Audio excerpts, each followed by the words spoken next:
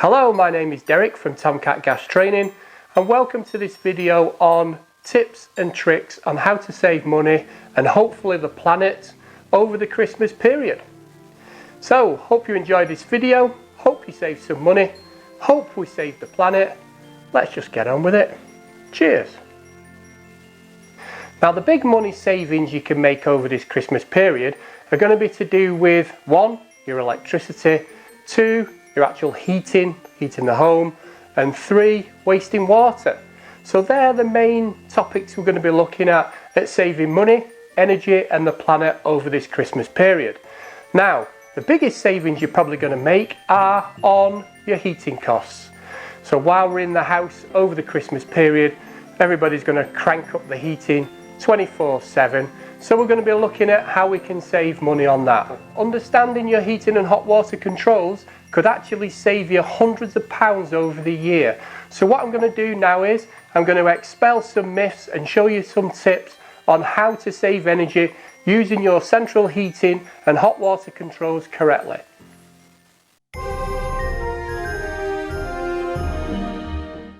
Myth number 1, there are bigger savings than your central heating system over this Christmas period.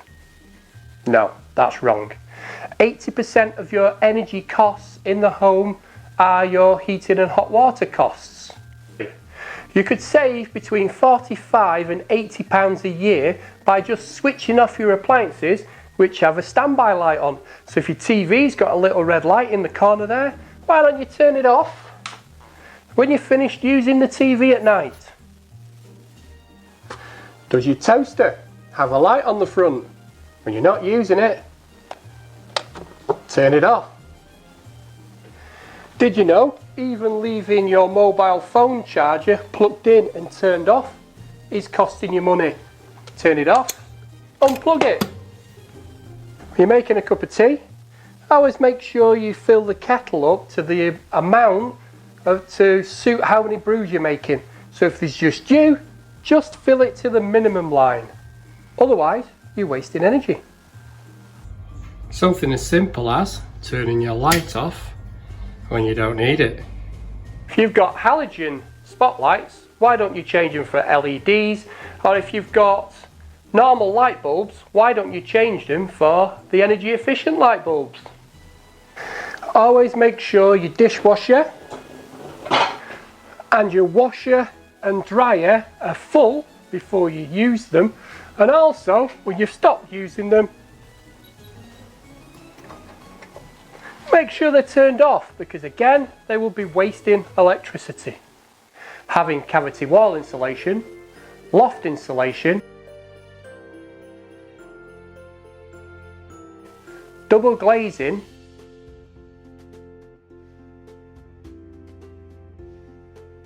and don't forget that UPVC front door, because they're more efficient than a wooden front door. They also have draft excluders right the way around the door. They also have tight fitting locks which pulls the door towards a seal which stops that nasty cold air drafts coming through the door. But you're always going to save more money by using one of these. This is a room thermostat. The room thermostat, in conjunction with time clock and other controls for heating and the condensing boiler, is going to save you hundreds of pounds a year. All the insulation stuff will take at least 5 years for you to start making some savings. Installing a room thermostat for as little as £200 could save you that back way within the first year. Okay, so let's have a look at this condensing boiler, these room thermostats and the controls. You could save up to 40% of your heating costs a year by installing this room thermostat, but also making sure you've got a programmer or a time clock. Now this is a condensing combi boiler which requires a time clock and a room thermostat. But if you also install thermostatic radiator valves, TRVs, you could be saving £400 a year if you haven't had these installed already. Upgrading your old inefficient central heating system to one of these condensing boilers will save you hundreds of pounds a year. Even if your condensing boiler is over the age of 15 years, you should be looking at replacing that boiler. But you must think about the costs it's going to cost you to have it installed and replaced, and take that into account when you're thinking about saving money. But having a high efficient condensing boiler with up-to-date controls will save you hundreds of pounds a year.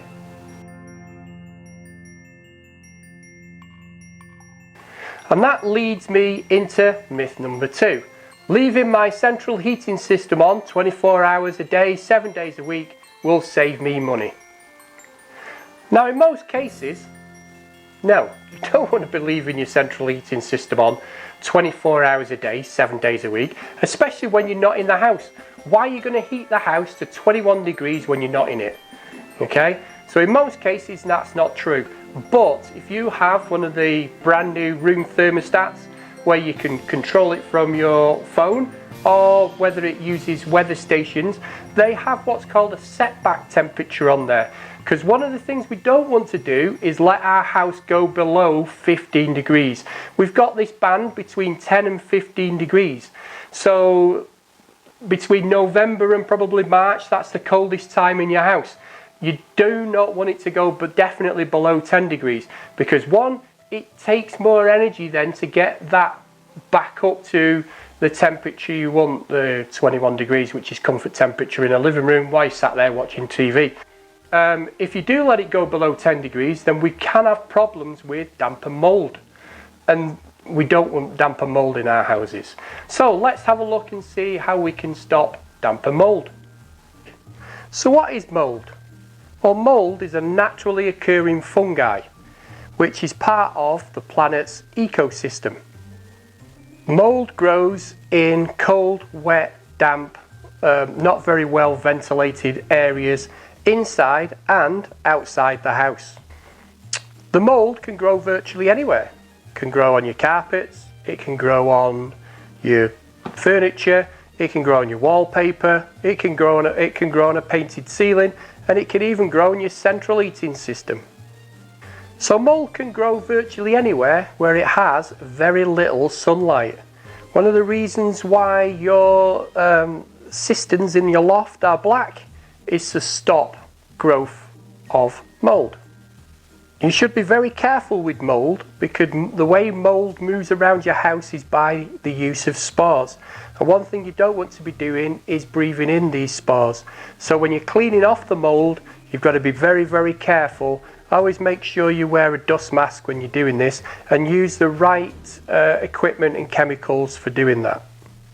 Always follow the manufacturer's instructions on the bottle when trying to remove mould. But the best way of getting rid of mould is by stopping it growing in the first place. So let's have a look how we're going to do that. One of the main ways of stopping mould is buy one of these, dehumidifier. What it does is it draws all that damp, moist air into the back of the machine, condenses it back into water, and holds it in a little tank for you. Now you can empty the tank and it will continue to do it all the time.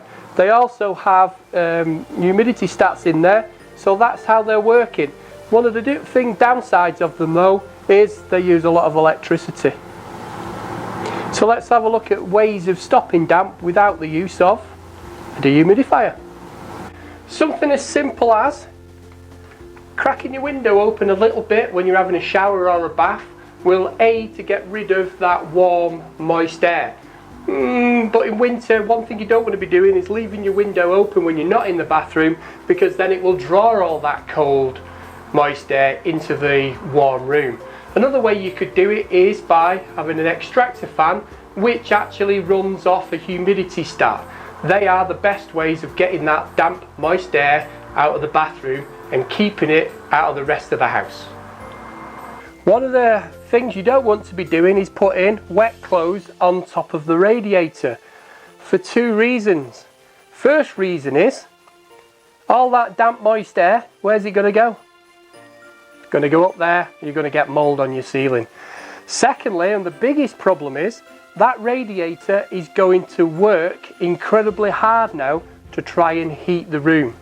And especially if you cover the thermostat so the thermostatic radiator valves, we'll look at those a little bit closely in a minute, that will, if you've got it set on 5, it will never turn off. Okay, so you've just covered the stat, you've put your damp clothes on top of the radiator, you're going to put that damp moist air into the room. One of the things you can do is you can buy these little things what hook over the actual radiator, and you can put your clothes in front of it, so you can use that very little radiant heat. A radiator gives off only about 10% of its heat in radiant heat, the rest is done by convection, so you can actually use that radiant heat to dry your clothes, but you're still putting that damp moist air into the room. So don't cover your radiators. Now this is our thermostatic radiator valve on our bedroom, and it's got quite a few settings on here, so let's have a look at those.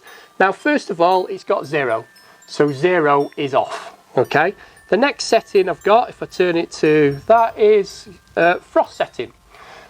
Now we know water freezes at 0, but it actually starts to freeze at 4 degrees. So from 4 degrees to minus 260 degrees centigrade, it starts to expand by 10%. So with water starting to freeze at 4, we don't want our room to go below 4 degrees.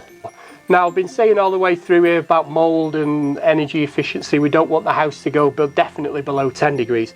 But if you're in a room which you never use, keep the door shut all the time, you can put it on frost setting because it will save you money at the end of the day. If we turn it to number 1 on here is basically between 5 and 10 degrees. Okay, it does vary between thermostatic radiator valves. We have now got a number 2, and our number 2 setting is between 10 and 15 degrees, and that's what I like to keep our bedroom on, this 10 to 15 degrees, because I don't like a warm bedroom. Okay, then we've got number 3. Number 3 is between 15 and 20 degrees. So things like hallways, okay, landings. So if you've got a radiator on your hallway or your landing, then put it on number 3. Don't put it on number 4 or number 5. So we have a number 4 here, and our number 4 is between 20 and 25 degrees. Okay, and then we've got another part which some guys have 5, but 5 or the red dot or whatever always keeps that stat on. Will never turn your radiator off. And you use that setting is when you've got a remote thermostat. So if you've got a thermostat which you carry around with you, you take it to the bedroom, or you've got it in the living room, or wherever you take it in the house, that thermostatic radiator valve, that's when you set it to maximum. So hopefully that helps you to set the right temperature, because if you set the right temperature with the thermostatic radiator valve, again, it will save you money. Now another thing, we talked about not blocking them, okay, because if you block them, they'll give you false readings, okay, so the room could be too cold then. Or if this has got full of dust, then it will also affect it. So these little slots we've got here is where the air goes in to activate the thermostat. Now these thermostats are either filled with wax or they're filled with alcohol. So we need to make sure that the thermostatic radiator valves are clean. So when you're doing your vacuum up, always vac the head of your thermostat, get rid of that dust to keep it clear so it will work properly. Because a properly working thermostat will save you a lot of money.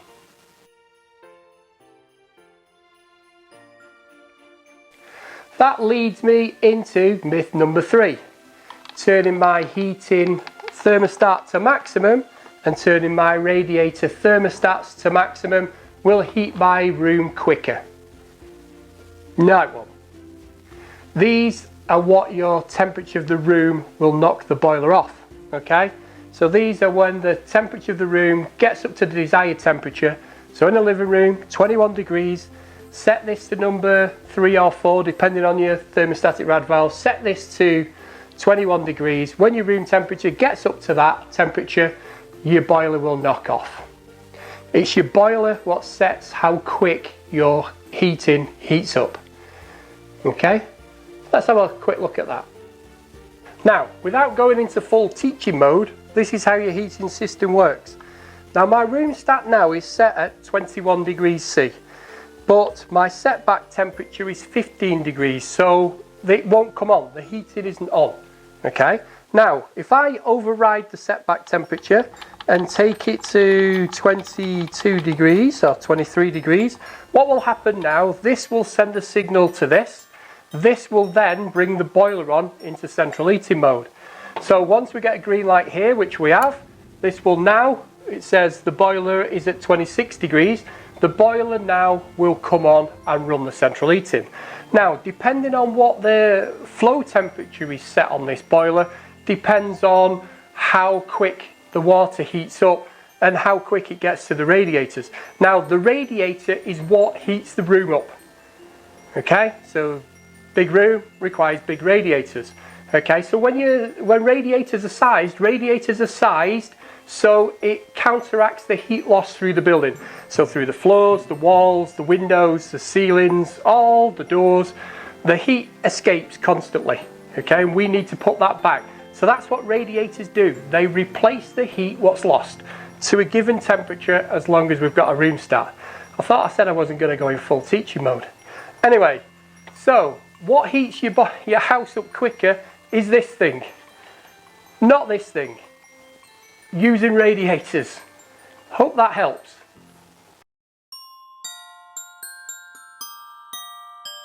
Now that leads me quite nicely into myth number 4. Again, room thermostat. By turning the room thermostat down by 1 degree, I can save 10% of my heating costs throughout the year. That one is true. Okay, so we've been talking about comfort temperature. Comfort temperature for a living room, about 21 degrees. Hallways, landings, about 18 degrees. Bedrooms, 15 to 18 degrees. Bathrooms, 22 to 23 degrees. That's what we call comfort temperature. But why not set your living room to 19 degrees? Why not set your bedroom to 15 degrees? Okay, now I think you do need your bathroom a bit hotter though, because you're going to be naked. But by reducing just 1 degree centigrade, will save you about £75 a year on your fuel bill. Okay, so just by reducing this thing. Now, as you're seeing, this is the most important part in saving you money through fuel. Okay, so we need a room thermostat.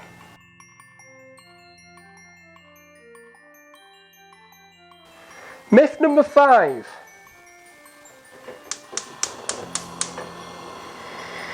It's okay to use my cooker to heat the room. Oh, no. We do not want to be doing that. First of all, a cooker is classed as Class A flueless appliance. That means there's no flue connected to this. So all that products of combustion, the CO2, which is carbon dioxide and water vapour, are coming into this room. Now, if we leave this burning for hours, it could use up all the oxygen in the room, and then it turns that carbon dioxide into carbon monoxide. So we've now got a deadly gas. So we never use the cooker to heat the room. It's inefficient, okay, and it's dangerous, and you could even set fire to something, because if something blew onto the ring, you've got an instant fire. So never use your cooker to heat the room, okay? But during Christmas, you're going to be using all your cooker. You're going to have your windows and doors open. You're going to be letting all that heat out of the room. Okay? So if you've got an extractor fan, put the extractor fan on rather than opening all the windows and doors. And when you have finished and you've turned everything off, there'll still be a lot of heat left in that oven. Just open the oven door and let that heat back into the room so you don't waste it. So there's another energy tip.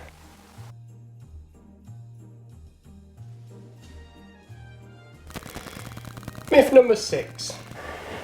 Using an electric fire to heat the room is more efficient than heating all your house by using a gas boiler. In 1912, the electric fire was invented. By the 1950s, they became very popular in the UK. And by the 1980s, we even had them which looked like they were burning properly, like a fire would do. But no, they're not more efficient. They are 100% efficient putting heat out, so whatever you pay for, you use. But electric is 3 times the cost of gas, and this is only heating this room. And it takes longer to heat a room with electric than it does to heat a room with gas. So technically no, using an electric fire is not more efficient than using a gas one, even though they are 100% efficient. They also look bloody ugly as well. But it is quite nice and warm here.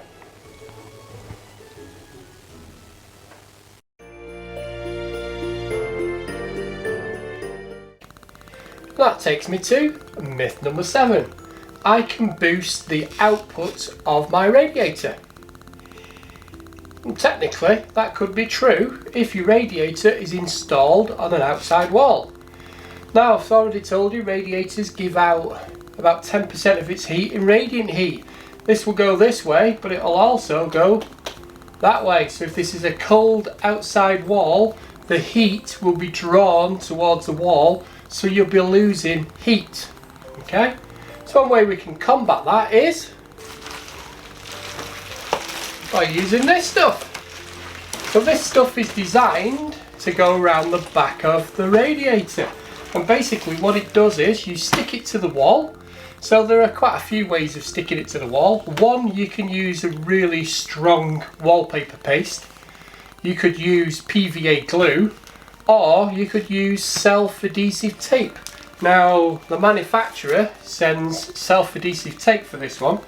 So basically what you do is, you measure the length of the radiator, you measure where the brackets are, you cut this to size, you then put slots down where the radiator brackets are, and you slide it down the back.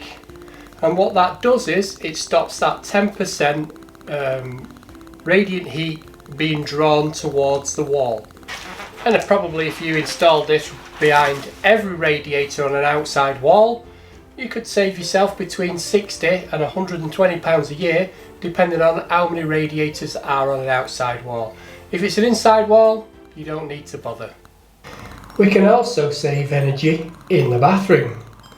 Did you know heating your hot water is about 13% of your energy bills for the year? So cutting down the amount of hot water we use will reduce your energy bills and also reduce your water consumption and help to save the planet. The average UK bath will hold about 180 litres up to the overflow, but on average most people fill their bath to about 115 litres.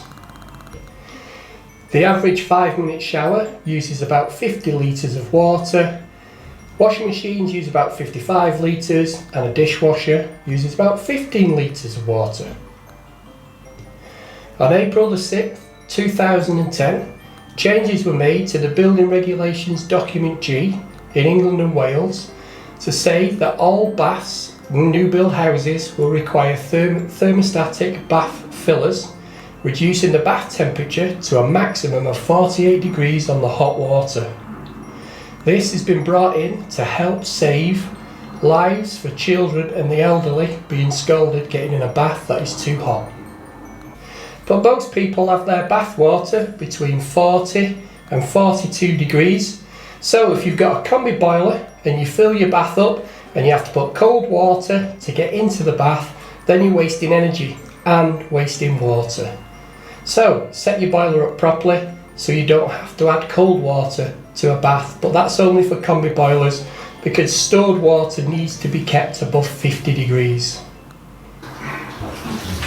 That leads me to myth number 8.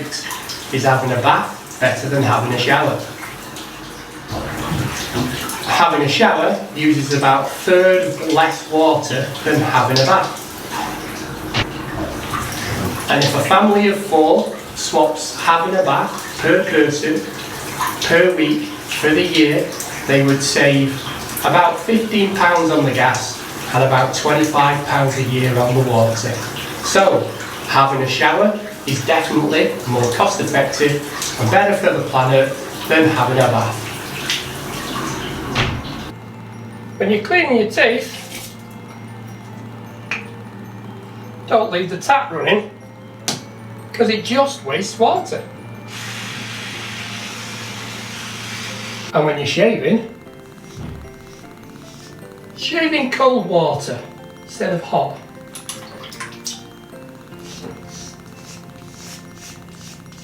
Or shave in the bath, it saves water.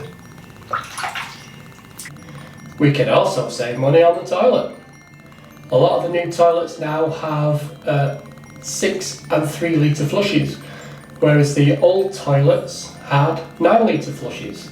So if you've got an old toilet with a 9 litre flush, why don't you cut a house brick in half and place that in the cistern, but be very careful, don't drop it in, you might break it. Okay, so be very careful. And always make sure you use the right flush for the right application. So, if it's brown, flush it down with 6 litres. If it's yellow, either let it mellow or just use the 3. So reducing the amount of water we use will save energy, save money, and most importantly, save that planet of ours.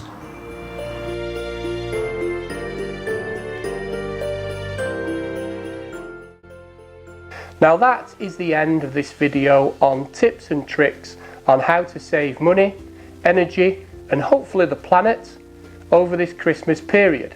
So if you've liked this video, why don't you give us a thumbs up, because it shows me you care, or leave a constructive comment down below. If you've not subscribed to our YouTube channel yet, then get subscribing, and don't forget to hit that notification bell because we release videos every Wednesday. All I've got left to say is, thanks for listening, thanks for watching, Merry Christmas, Happy Holidays, and let's hope we have a fantastic 2020. Cheers.